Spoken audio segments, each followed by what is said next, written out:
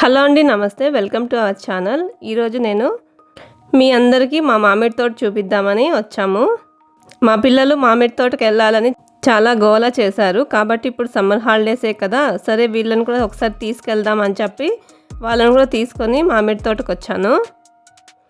ఇటువైపు కనిపిస్తున్నవి చక్కెర దోసకాయల పంట అనమాట. ఇంకా టైం పడుతుంది. పూత ఇప్పుడే పట్టింది కదా, అందులోంచి పిందెలు వచ్చి కాయలు పండడానికి చాలా టైం పడుతుంది. మా పొలం అలాగే మామిడి తోట రెండు మాకు పల్లెకి దగ్గరలోనే ఉంటాయి. ఇంటికి అలాగే పొలంకి ఒక 10 నిమిషాలు పడుతుంది నడుచుకొని వెళ్తే. ఇక్కడి నుంచి మామిడి తోట స్టార్ట్ అవుతుంది. మామిడి పంట రాకముందే నీట్గా దున్ని పెట్టారు కాబట్టి ఫస్ట్ నుంచి లాస్ట్ వరకు క్లీన్గా కనిపిస్తుంది. ఇక్కడ మీరు చూస్తున్నది బంగినపల్లి మామిడి పండు. తోటలో ఆల్మోస్ట్ అన్ని చెట్లు ఇవే ఉన్నాయి. అక్కడక్కడ బెంగళూరు కాయలు అలాగే నీలం కాయలు అంటారు కదా, అవి ఉన్నాయి. మేము ఈ చెట్లని 2003లో నాటాము.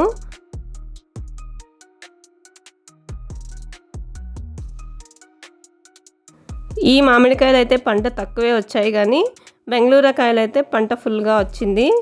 బెంగళూరు కాయలకి ఏమంత రేటు ఉండదు, కానీ ఈ కాయలకి మంచి రేటు పలుకుతుంది. ఇవి పూర్తిగా పండిన తర్వాత దామల చెరువు మండికి తోలుతారనమాట మా నాన్న వాళ్ళు.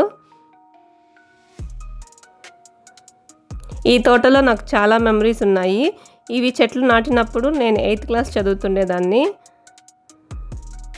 రోజు మార్నింగ్ వచ్చి చెట్లకు నీళ్లు వేసి తర్వాత స్కూల్కి వెళ్ళే వాళ్ళము. ఇప్పుడు ఈ చెట్లలోంచి కొన్ని కాయలు తీసుకెళ్ళి ఊరగాయ వేద్దాము, సంవత్సరం పాటు నిల్వ ఉంటుంది కదా మన తోటలో కాయలు అని చెప్పి వచ్చాను. ఊరగాయ కోసం నేను బెంగళూరు కాయలను తీసుకుంటున్నాను.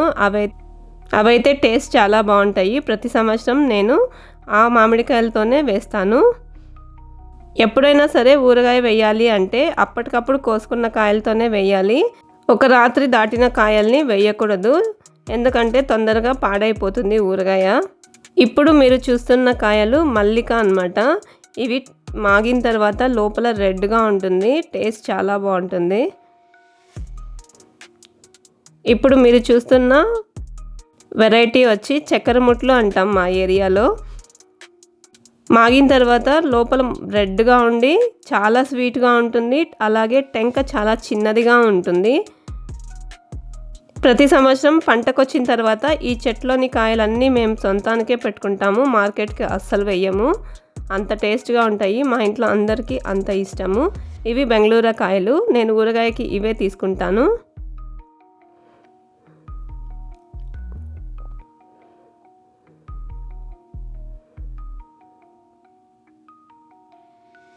తోట దగ్గర కాయలు అమ్మే వాళ్ళైతే వీటికి కవర్లు కట్టి మంచి కలర్ వచ్చేటట్లు చేస్తారు. వీటికి కవర్స్ ఏం కట్టలేదు కాబట్టి కలర్ కొంచెం తక్కువ ఉన్నాయి. ఎప్పుడైనా సరే మామిడికాయని కోసుకోవాలి అంటే దాని తొడమ ఆపోజిట్లో ఉండేటట్లు చూసుకోండి, ఎందుకంటే దాని లోపల నుంచి పాలు వచ్చి మొహం మీద పడతాయి. మామిడికాయ జీడు మన చర్మం పైన పడితే పుండులాగా అయిపోయి మార్క్ అయిపోతుంది. ఆ పాలు కారకుండా ఉండాలి అంటే పెరిగిన వెంటనే కాయ తొడమని తీసుకెళ్ళి మట్టిలో పెట్టేస్తే పాలు కారడం ఆగిపోతుంది. ఇక్కడ కోసిన ఈ మామిడికాయలతో నేను ఊరగాయ వేద్దాం అనుకుంటున్నాను. కావాలి అంటే లింక్ డిస్క్రిప్షన్లో ఇస్తాను. మామిడికాయ ఊరగాయని సంవత్సరం పాటు ఎలా నిల్వ చేసుకోవాలి, అలాగే కరెక్ట్ కొలతలతో వీడియోలో చేసి చూపిస్తాను. తప్పకుండా వాచ్ చేయండి. అలాగే ఛానల్ని సబ్స్క్రైబ్ చేసుకోండి, లైక్ చేయండి, షేర్ చేయండి, కమెంట్ చేయండి. వీడియో లాస్ట్ వరకు చూడండి, నేను మా మామిడి తోట మొత్తం చూపిస్తాను.